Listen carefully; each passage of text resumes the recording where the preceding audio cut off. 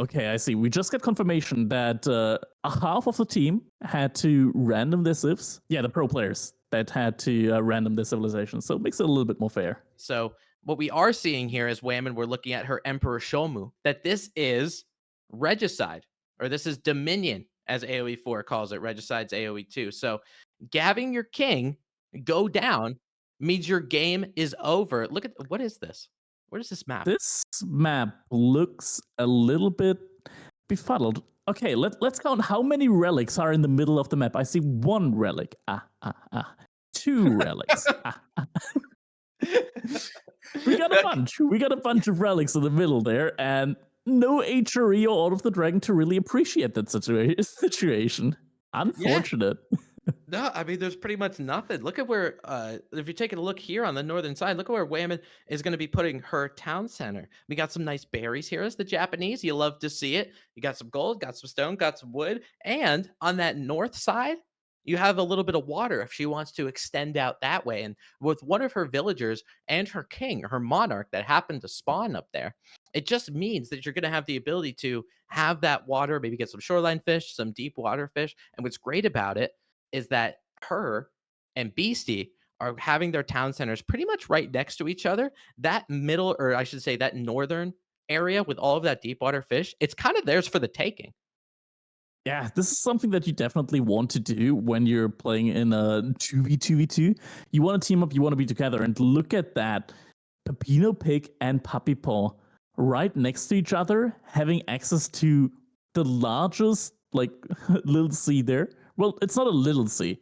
They have a big sea that they have access to, and they're far away from all the others, which means that they should be in a very good position to just boom up their economy.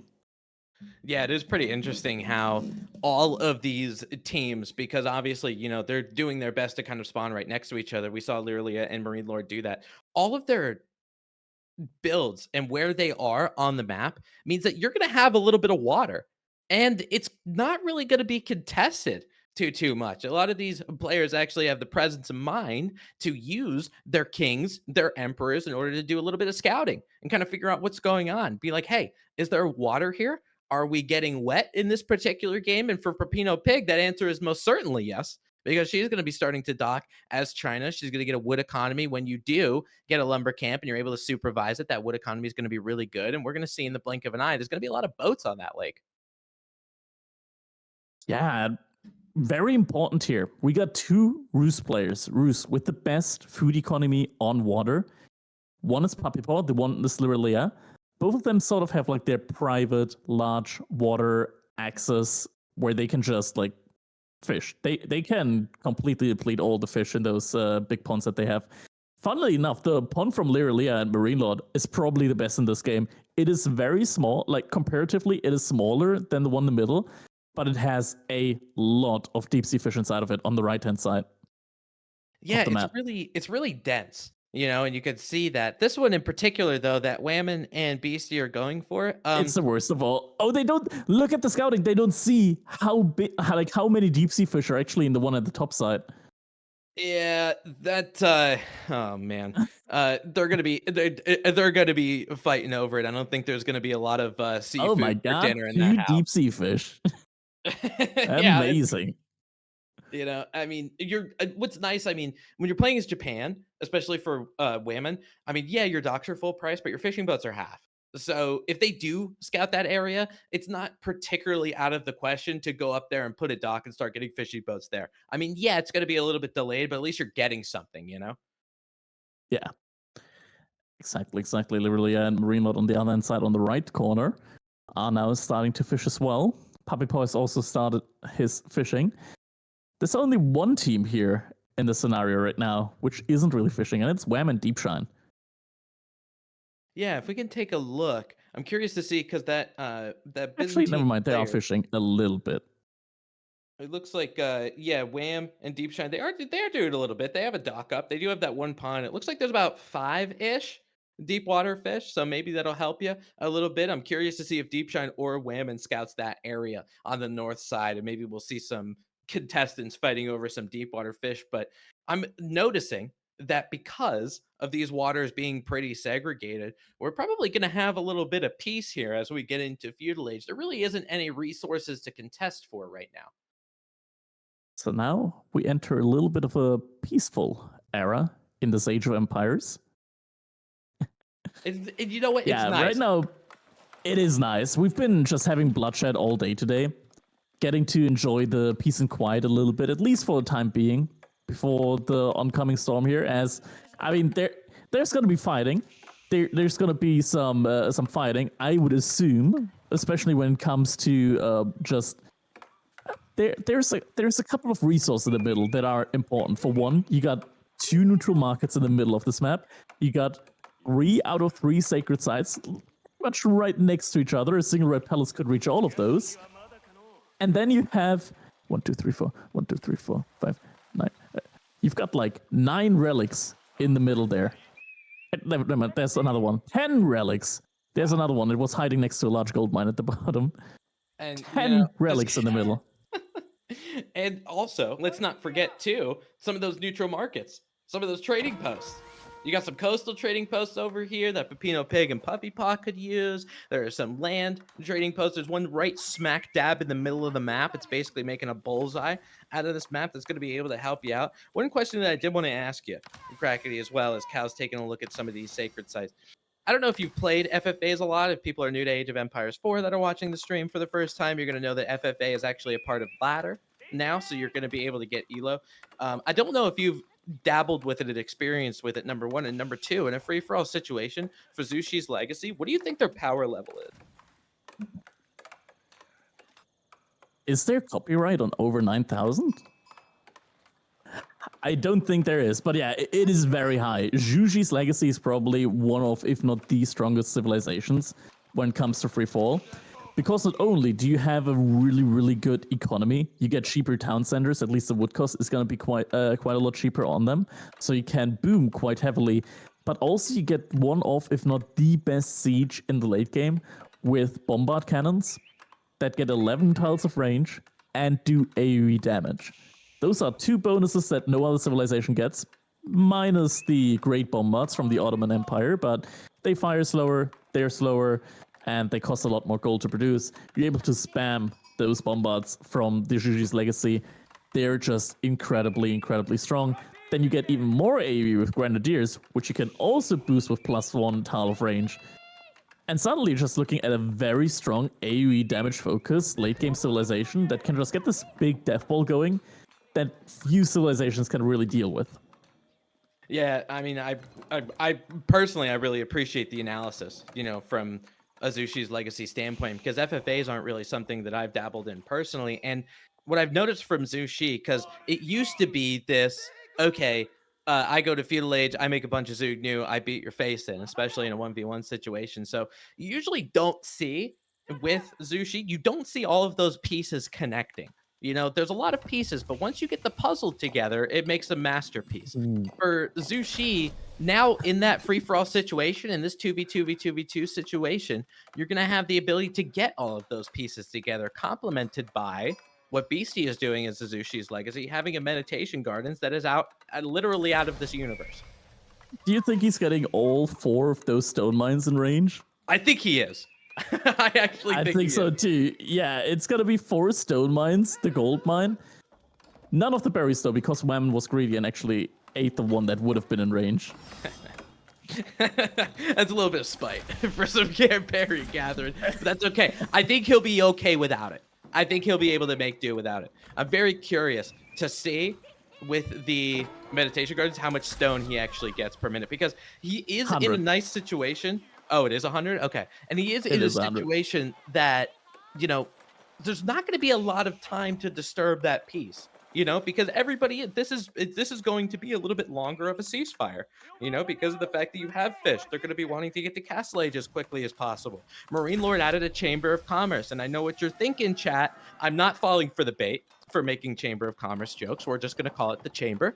And these traders are going to be these traders are going to be trying to find a trading post to go to, and just because of having this Chamber of Commerce and because of this little bit of ceasefire, you're going to be able to build your trade rather early. Yeah, I see one villager from Loralia moving all the way to the top side. She's right, like the one villager is right next to Wham's bait. Never mind, that's a scout. Okay, that's bait. There's the villager. They're setting up the trade to each other. And we're gonna be having some happy trading. I mean, I think you got to, right? Especially if your teammate is going for the chamber, right? You got to make sure that you're going to be able to do that. Now, Wham does scout this as Japanese, but it's pretty, I mean, it's pretty far away. You know, it's pretty far away. So, you know, are you really going to do anything about it? Look at this thing. For the gold, it's stone per minute. It's absolutely insane. And that is filthy. for him, I mean, when you're getting that much stone per minute, you're getting 100 stone per minute. Are you thinking about, I mean, you might as well just make a bunch of town centers. Who cares, right? Yeah, I mean, 100%. You just make town centers. You just spam town centers. I mean, you're getting the wood, like the wood cost is already discounted for Judy's Legacy. So you might as well just pump out TCs. At the same time, though, BC, he's getting a lot of fishing income as well. So I'm wondering what his priority is going to be. Is he maybe just going to use the stone for something else? No, he's not. Okay, I think he's going Song Dynasty right now in his base. If I'm judging it correctly, unless that is already Castle Age for him. It is Castle Age. Okay, Shaolin Monastery, so he really wants to get the relics in the middle of the map right now. That's going to be his priority. At the same time, Wham also aging up. And that makes so much sense, Crackety, just because we counted how many relics. We're in the double digits in that small little vicinity, right? And BC and Wham are the only ones that have a little bit of territory in that area, right? So they're going to be able to use those Shaolin monks and pick them up. Yeah, and 10 relics, that's 800 gold. That's not little.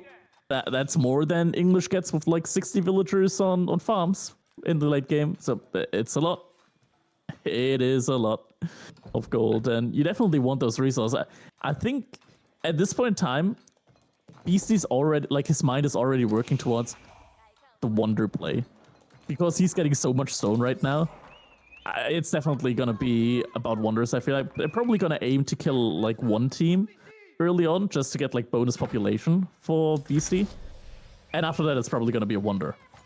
And you know, I really like the strategy. Cal was hovering over pagodas actually for Beasty, so it means you're going to be getting not only gold, but you get a little trickle of food, you get a little bit of wood, you get a little bit of stone, so that's going to help you if you want to go for the wonder. And also, where Cal highlighted over on that northeastern part of the map, it's between two areas of water. So basically, all of what Wham and Beasty have ends up being the choke point for that wonder. I think there's a little bit of a land breach over there on the western side, but nothing a couple stone walls can't fix.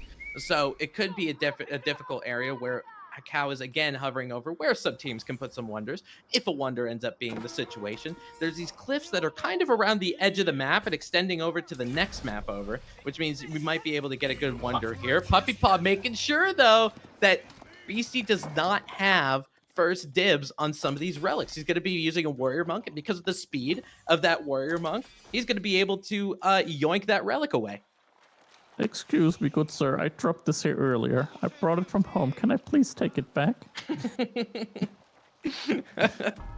Oh man, and honestly, like, for how many resources that is per minute from Beasty, you know, it's kind of a big deal, especially for how long the game goes on, because we talk about how relics are that good. You know, we talk about it mostly in a 1v1 situation too, but when a game drags on, when a game becomes really long, getting that gold per minute, when you have more minutes, you end up getting more gold. Yeah, 100%. We see more warrior monks just trying to go for the relics there. It's going to be interesting in the end if we can find out just what the relic distribution is. At the same time, Wham, he's also getting the relics in, and yeah, all players in a blink of an eye, all the relics have been picked up. It was for that like 1 minute. It was a religious artifact scramble. You know, trying to make sure that you got all of your relics. He got one. Okay, he got two relics. And you know, we were considering his base is right in the middle. Right, we were expecting him to get like half of them. Yeah, getting two. I mean, you're not gonna be complaining about 160 gold per minute, but if you compare it to 800 gold per minute, you're feeling a little bit miffed right about now. Yeah, absolutely. And I think Wham is starting to defend his teammate. We're seeing our first little bit of bloodshed, and I think a Palace Guard ended up going down because of that. Wham and going to be able to help her teammate out as well with a little bit of Samurai of the Castle Age variety. Some of that refractive armor is going to be able to help you. Deep Shine, I think she just got to Castle Age, as you can see the notification on your screen. So it looks like for Beasty and Wham, that's the civilization in particular that's going to give you the most amount of problems. So that's what they really want to go to. And I think for these players, Wham, as Azushi's legacy, he's going to be trying to add a keep. I don't know how many villagers he's going to be ending up pulling, but it's going to be pretty difficult. I think Deep Shine might be in some deep water here, and I'm not just talking about the dock. Yeah, it feels like they might be getting overwhelmed here, and that could really hurt. Like, losing your king at this point in time, you're out. You're out. Like, this is Dominion. It's not like in the previous free-for-alls where, all right, one of the players, they can lose all of their landmarks and they're still in the game. You lose your king, you're out. Your buildings, like all your landmarks immediately go down. Your opponent gets plus 50 population, the one that killed the unit. So it just adds a lot of bonuses to them, and your teammate is suddenly going to be left fending for themselves. A keep is going up in the base of Deep Shine. Should be able to help them stabilize now. But they're gonna need to wall towards the woodline there with the river towards the woodline in order to make sure that all the units get funneled towards it. Actually, Wham and Beastyqt are focusing the villagers, and the keep isn't going up. Wow. For the time being. I really didn't think that keep had any problems in terms of going up, but a lot of good reinforcements by Whammon too. We saw a lot of those samurai coming up because Beasty, Zushi, Master Palace Guards ended up going down. Deep water fish are starting to go down for Whammon, Deep Shine as well. So it means their food economy might be a little bit difficult. Deep Shine going to be adding some crossbowmen with those Varangian guards, going to be able to help out just a little bit. I think Beasty's Palace Guards are going to get cleaned up, but I think Whammon and Beasty are at the potential, especially as the Japanese, you know, they're at the potential where they could just continue to pump out a lot of these infantry units and be okay. Doesn't actually look like it. Looks like they have to back off, and something that's also interesting. Okay, King, he's taking a stroll right now. Probably wants to head over towards that keep. Something interesting as well is that Wham actually doesn't have that much food income. Also, Wham did go for a lot of knights there in that situation. That is a great play because the +4 bonus damage that the samurai get from the Japanese doesn't count against cavalry. It only counts against infantry. So those knights don't take as much damage as infantry would. Yeah, that's a really good point, having that Odachi upgrade. I mean, with Japan, it's infantry versus infantry. Your infantry is going to win, you know, because you have that ability and get that extra. It also works well against like archers and stuff like that too. But you're exactly right. Having knights is really going to help. And this battle is probably going to keep going for the foreseeable future. Whammon did get cleaned up. I'm not seeing any more samurai on the map. I thought she was going to be at the level to continuously produce. And it looks like there is a little bit of Beasty with a lot of spearmen. Look at all these spearmen with some palace guards mixed in there. Not going to be doing too much against the Varangian guard, but when these get cleaned up, because the samurai are going to be really good against them, they end up getting cleaned up, and all of a sudden we're going to see some spears against some lancers, and if you're a lancer fan, you hate to see it. Indeed, indeed. Now behind all of that, Beasty is going up with the Temple of the Sun. That means as soon as that comes in, all of his units will get an additional plus 15% movement speed. So suddenly the spearmen are faster, palace guards are faster, and the knights won't have that much of a mobility advantage anymore. Yeah, no, and you can see some of those knights and a little bit of horsemen from Wham have to end up backing up. And, you know, it's really curious because this is a 2v2v2v2. This is a show match, so maybe you have some teams that are talking to one another, trying to figure out what the best play is. Another one, you know, from FFAs, you get a little bit of politicking that's going on, a little bit of Wololo from Wham. Let's see, that monk ends up going down rather quickly. It looks like these lancers from Wham. Beasty actually picked up the relic, did his own Wololo. He got a couple. In the base. Yeah, he's got some Varangian guards for his troubles there. And now they're knocking on Deep Shine's TC, where there's probably a king inside. Yeah, I would imagine. Yes, there is, Crackety. That's a very good call. 8 villagers and that king. It looks like they're going for that quick snipe as best as they can. To be honest, I mean, Beasty has the units. He has some of these spearmen and some palace guards. Maybe he might be able to tank a little bit. I'm not sure if this TC is going to end up going down because there's Byzantine villagers over there repairing it. Picks up the relics. Units finally are getting repelled. I mean, right now, what this is doing is it's kind of blocking Beasty and Wham from scaling military, right? Because behind all of this, we gotta take a look at the other teams. We got Lorelia and Marine Lord booming. We got Pepino Pig and Puppy Paw also booming. They're getting up a big military. Behind that though, Marine Lord, he is stonewalled. So should be able to hold for a little bit there at the very least. We also see the Red Palace. King right now is chilling outside of it. Probably will want to head inside that palace at some point in time soon. And it feels like right now, wait, is Marine Lord trying to snipe Wham? I think this is the perfect strategy. Yeah, I think it's the perfect strategy. We're going to see the Elite Knights come in for Marine Lord as well. And I'm pretty sure once they get those upgrades, they're going to send it. Because even if they're not communicating with each other, Craggedy, look at the scores. I mean, Wham, he does have a decent score, but it's still under 4,000. Deepshine is obviously struggling. So they got to be thinking, well, this team, they're either dealing with something, they're dealing with a battle on one side. Do they have scores on? Okay, well, I don't think so. Like in the normal FFA mode, at least you don't have score on. So I would doubt it. I would doubt that they have score on. Okay. Well, then the theory that I was going to propose to you, Crackety, is pretty null and void. I think it's more of an in-game chat kind of thing. I think Wham is, or like Deepshine is like in all chat being like, oh my god, they're killing us. Their armies in our base. They're weak. Snipe them. Help us. Something like that. Yeah, and you know, when you have somebody in that chat being like, oh, I'm getting sniped or I'm getting whatever, it just means that everybody else is going to want to dive you.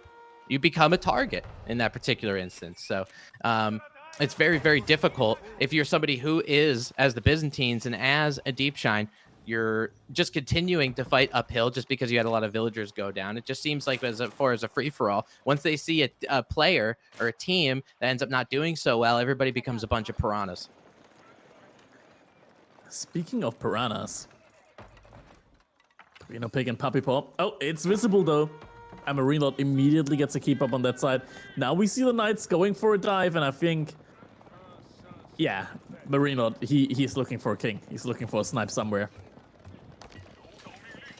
And I think for these kings, you do have the ability to see where all of the other kings are. These kings have an ability to do that. So hopefully Marine Lord pulled his. We saw that Philip IV come out. Looks like a little bit of a Wolo, more like a last chance. A little bit of body block. Gonna get him. Oh, he gets some for his troubles. Thank you for the Knights. That's pretty good. It was an intentional donation. Was it? It looks like, I mean, for Marine Lord, a lot of the times I see people that get hit with Willows sometimes, and like they're not really sure what to do. Like sometimes they stagger a little bit. They don't know whether to dive in. They don't know whether to back up. I think Marine Lord felt like he was going to be able to dive in, but just that really impressive body block by all those villagers. They gave it to the name of their country, and they will be revered for it. Yeah, it's the same kind of situation. Like when you drink an entire bottle of Sprite in like one gulp, you don't know what to do. Afterwards, suddenly you're disoriented. Is that a thing that you do? Do we need to have a conversation? It's a reference. Some people will get it. Some people will get it. Okay. It looks like Pepino Pig and Puppy Paw are starting to knock on the door of Marine Lord over here on the western side. That stone wall going to be able to get taken down by the bombard. And I think it's going to make Marine Lord, we saw with his knights, I mean, yeah, they got hit with that Wolo, but I could see that green blob starting to move a little bit south. He's going to back up. And just because Pepino Pig and Puppy Paw are doing this, Wham and Deepshine might have a little bit of a second to breathe, or at least just deal with a normal 2v2. Yeah, so we kind of got like a 2v2 on both sides going on right now, which is interesting, but I feel like Pepino Pig and Puppy Paw, just looking at the stats, not the stats, but at the score, their combined score is leading by quite a bit, which means the economy should be quite a bit better here. See some mangonels though. Have to be careful about those. I think this is a rather impressive, honestly, for Puppy Paw, there's a rather impressive Streltsy mass over here, and it looks like we're going to be going to split screen because Whammon and Beasty are trying to take the fight to Deepshine and Wham right in the middle of Deepshine's base. Yet again, it looks like they're going for more of a snipe. They don't really care about the armies. Well, on the left side, Puppy Paw and his Streltsy end up becoming a giant firing squad. all of those knights. There's Streltsy back there from Lyralia, but there isn't just as many Streltsy. These knights are ending up getting picked off. Mangonels are getting dodged. That king might be in trouble. There's a lot of Wololos coming out of the Wham on that right side. That town center finally gets burned down. Crackety, where's that king at? Do you see that move? It's over there on the north side, right where those relics are. Look at it moving. He's running.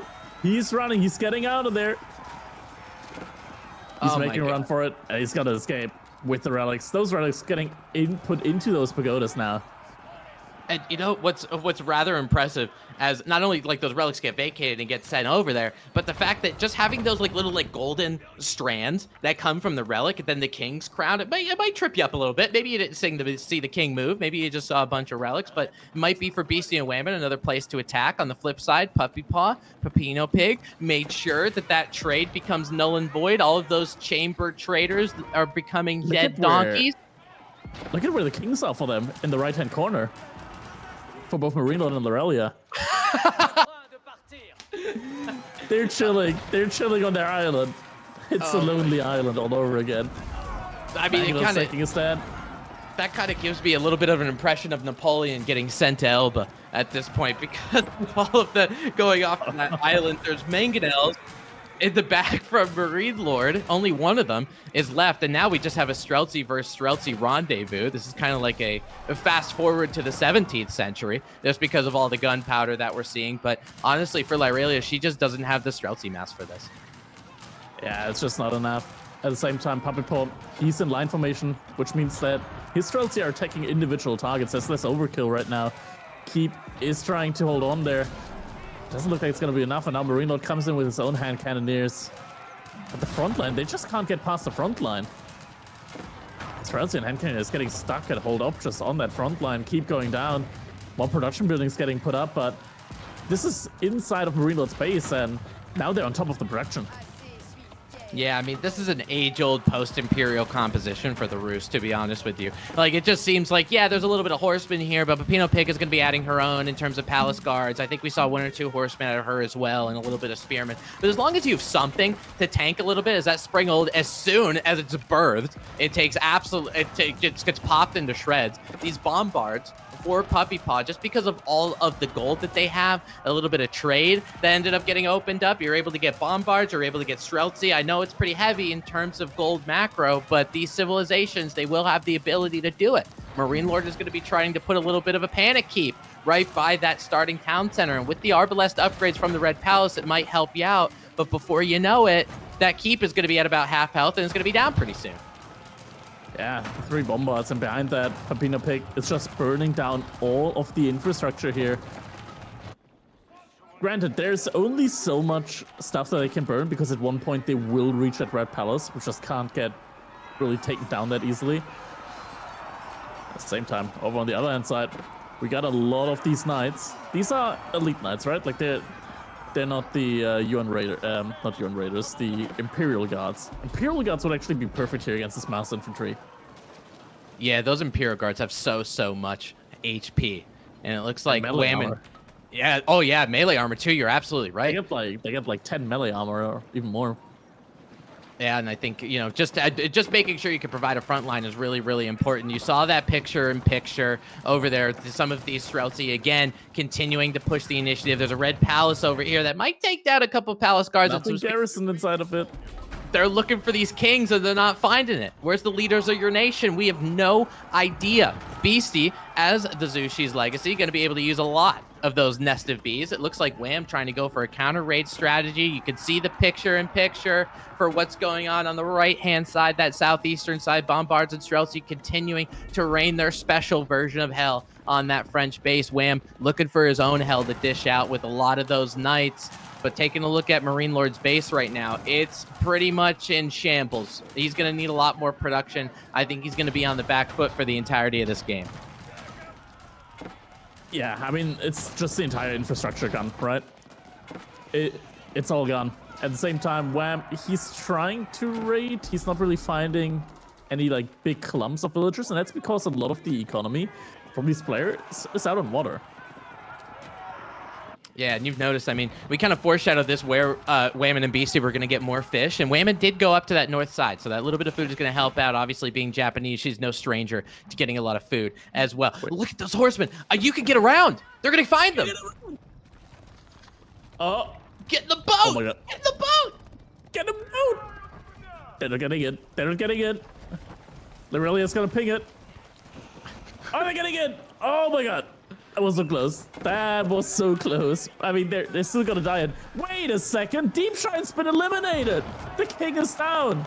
Oh my God, that is one down king. Beastyqt and Wham are doing a really good job of pushing that initiative over there. It looks like it's just gonna be Wham in a 2v1 situation. Tries to get that flank on the south side, trying to get some of those nested bees, and it looks like a lot of them will be popped, but the damage is already done. Wham is the first person in this game that doesn't have a teammate.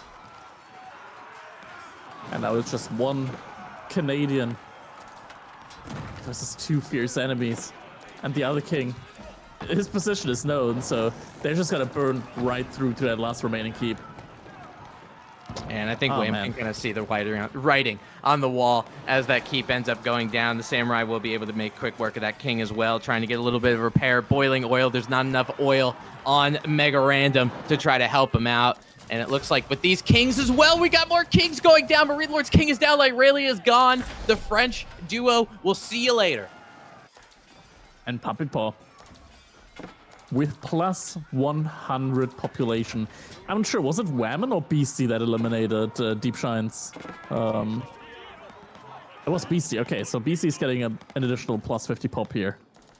But now, I guess Puppy Paw and Pepino Pig, they're just gonna immediately run over to Beastyqt's base as long as Wham is still alive. This is their moment now to just put on pressure on Beastyqt and Wham and compete over the middle where all the gold is.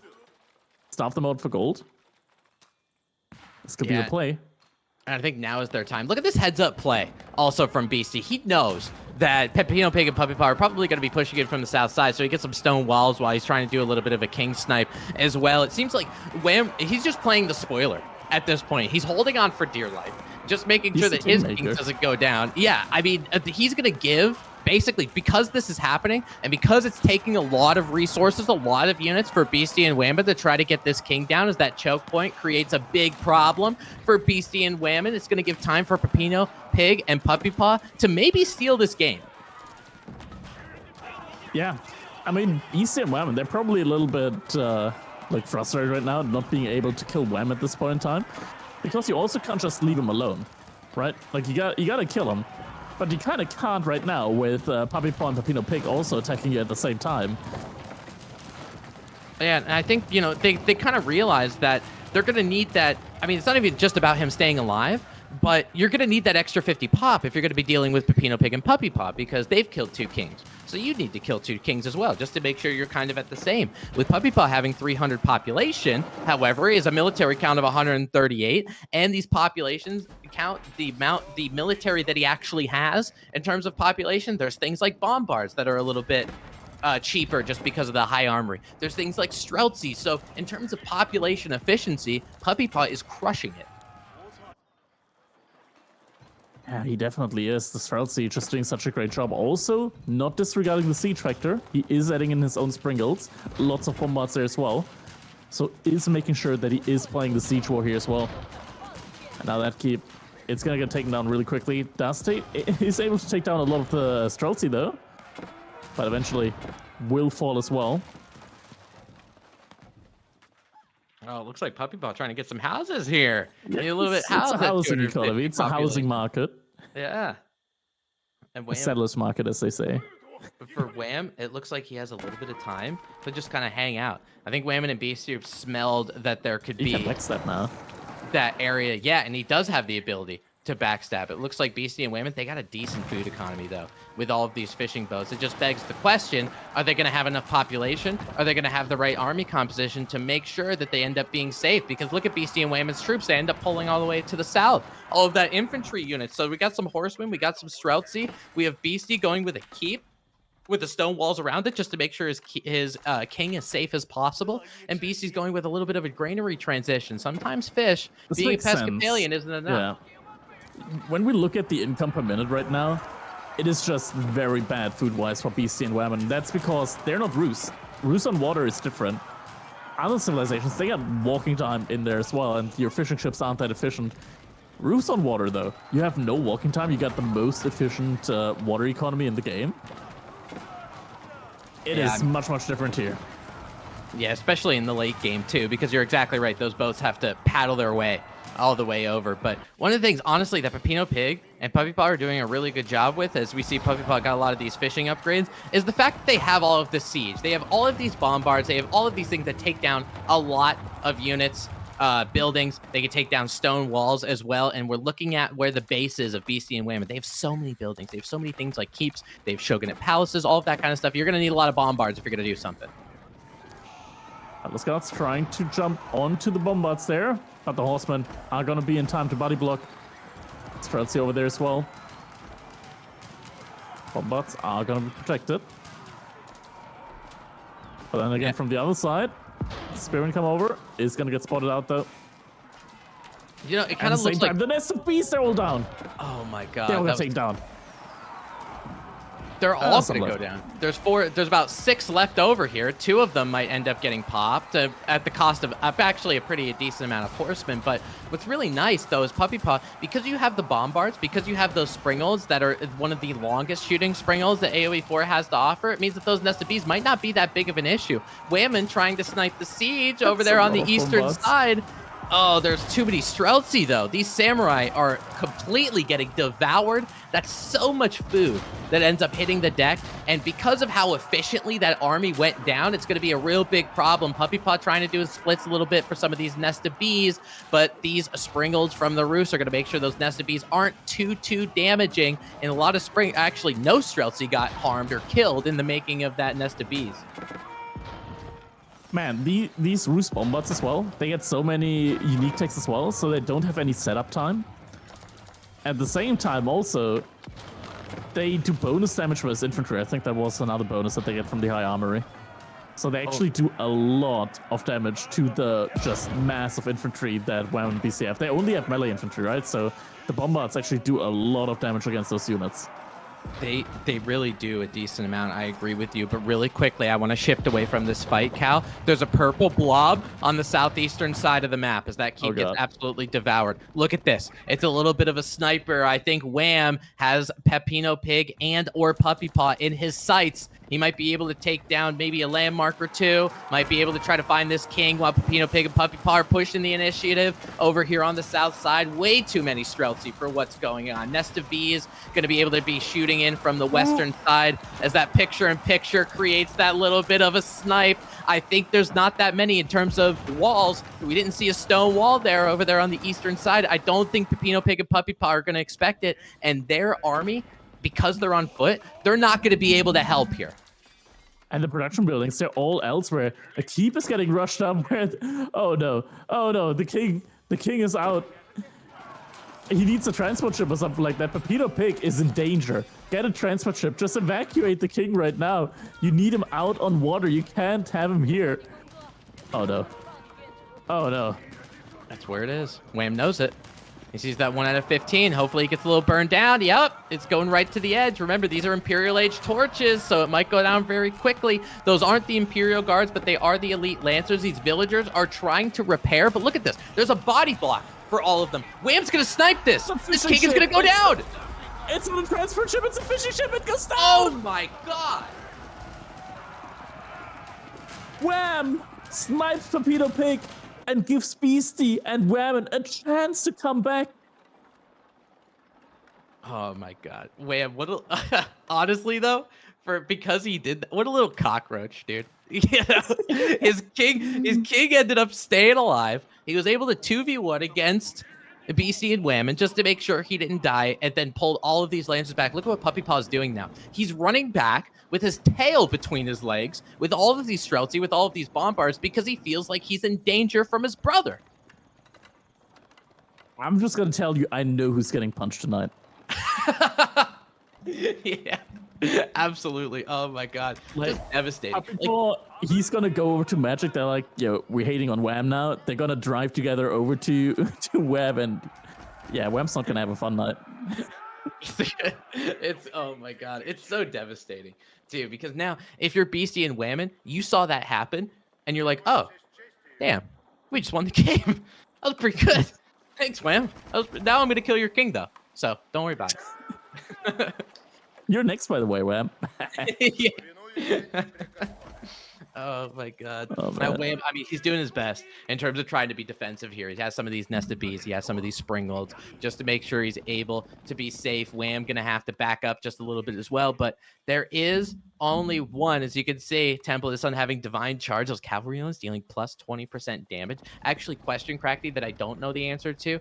Does that count for the siege, the torch damage?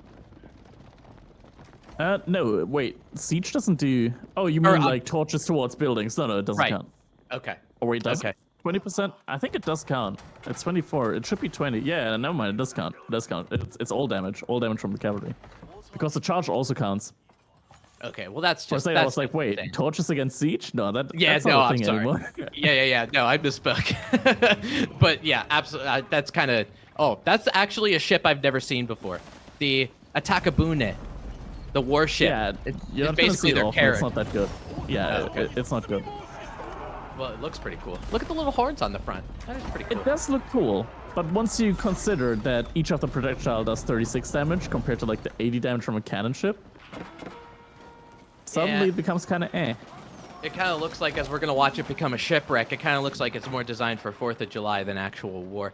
But the nest of bees, just because of how many there are, there's a bunch of beehives going to be able to take that stone wall down, that keep, that king. 20 nest of bees. Oh my god. That keep and that king, they're in a world of trouble. All of these lancers, I know they're lancers, I know they're cavalry units, but happy 4th of July, ladies and gentlemen, especially if you're American. Look at all of these lancers that end up hitting the deck because of that and because of that choke point.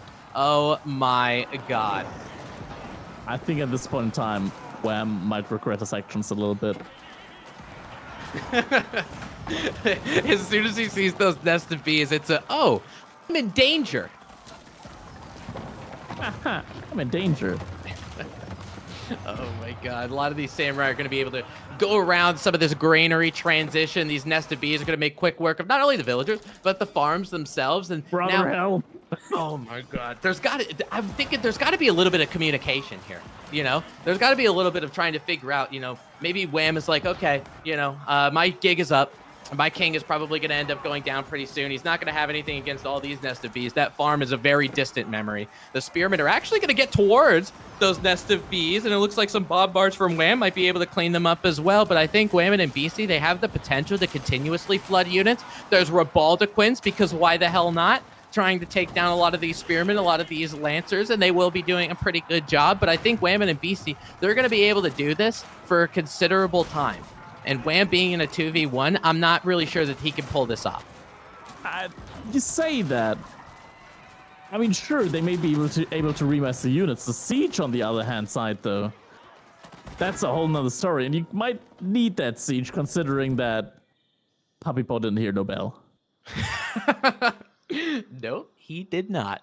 We're going to see all of those units, the Strautsy, the little bit of siege that he's got, some horsemen as well, making up a front line. He's looking to try to take the battle to Beastie and Whammon. And I think these brothers probably should realize that if they do team up, that's the only way they're going to be able to take down Beastie and Whammon, because Wham's able to hold his side. But as long as there's that little bit on the south side, as long as there's that kind of pressure from Puppy Paw, and that is a whole helping of pressure. Horsemen, Streltsy, it looks like there's about 100 of them. And all of these bombards that can make buildings absolutely disintegrate. I don't know. I mean, Beastie and Whammon, they spend a lot of units over there on Wham's side. We have Emperor Shomu trying to figure out what the hell's going on this map. But it looks like for Puppy Paw, this could be his time to take another snipe. Yeah, definitely looks like it. Now, they did remaster a good bunch of the siege. It's not nearly as glorious as the previous siege army that they had with like the 20 nest of bees. Is it gonna be enough though? Because Puppy Paw is coming in guns blazing. How many bombards does that again? Is that like 10 bombards that he has there? 11 bombards. God. And 5 sprinkles as well. He has the siege and the answer to the siege as well with the anti-siege.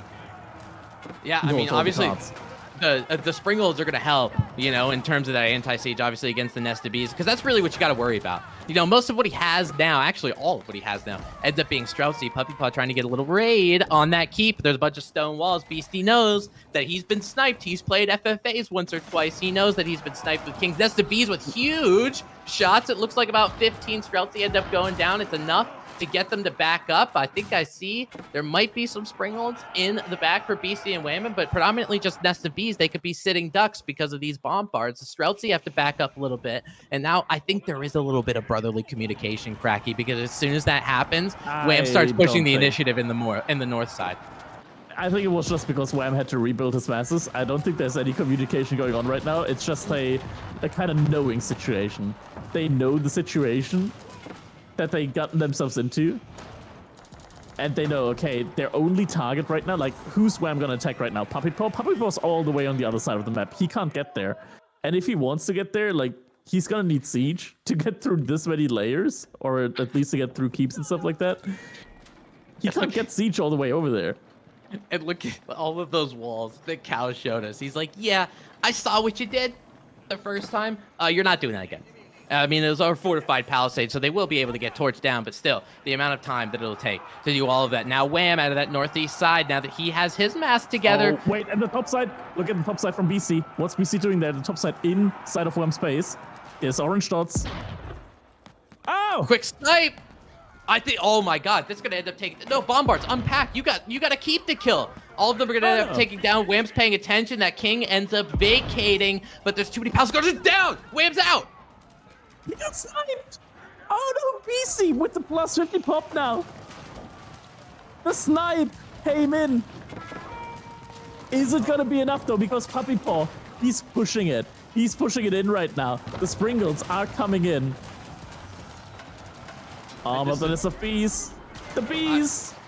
I don't know, this might be Puppy Paw's last stand here. There's a lot of Streltsy here. Nested Bees are trying to get up there to get a little bit of a push. These Spearmen are just trying to make a little bit of cannon fodder. Nested Bees trying to get up at the Springald just because they have increased range.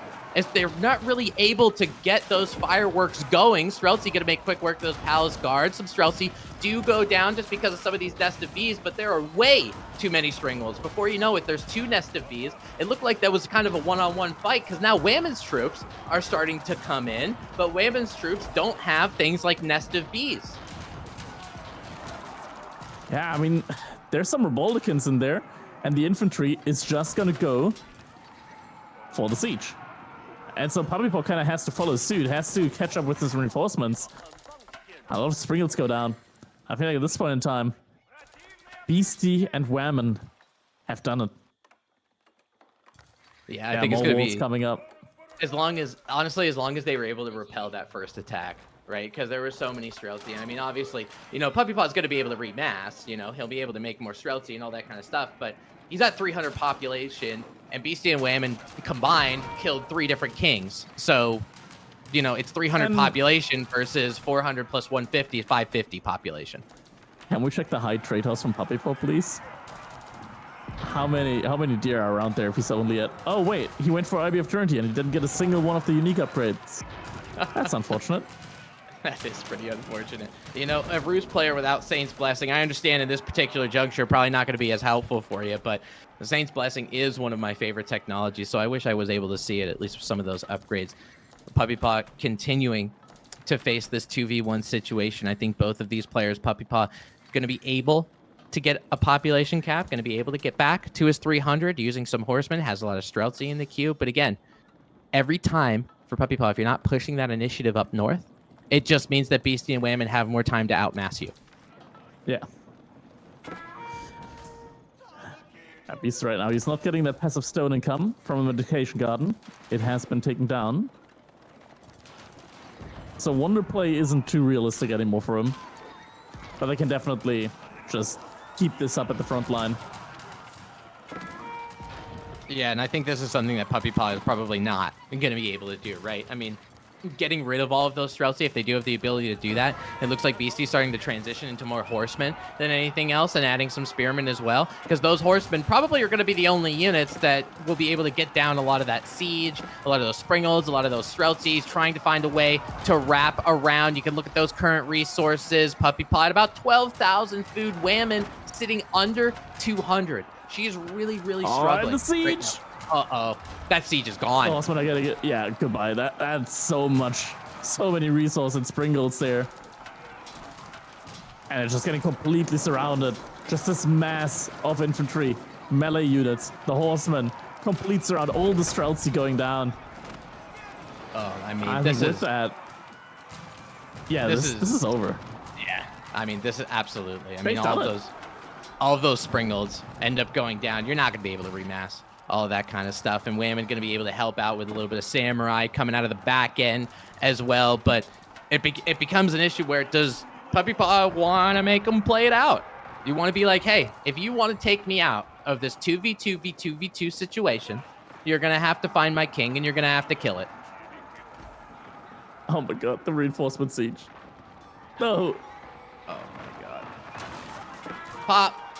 That's 3 Springles popped like water balloons, essentially. And that's just a lot of resources that Puppy Paw can't afford to lose in this particular time. Beasty going to be hanging out at that 300. Looks like Puppy Paw going to be able to get a king into that Lodya transport ship. And it just begs the question, if you just sit it out in the middle of the ocean, are Beasty and Whammon going to be on a little Sherlock Holmes, where in the world is Carmen Sandiego kind of situation? And now the infrastructure, it's gonna be under attack.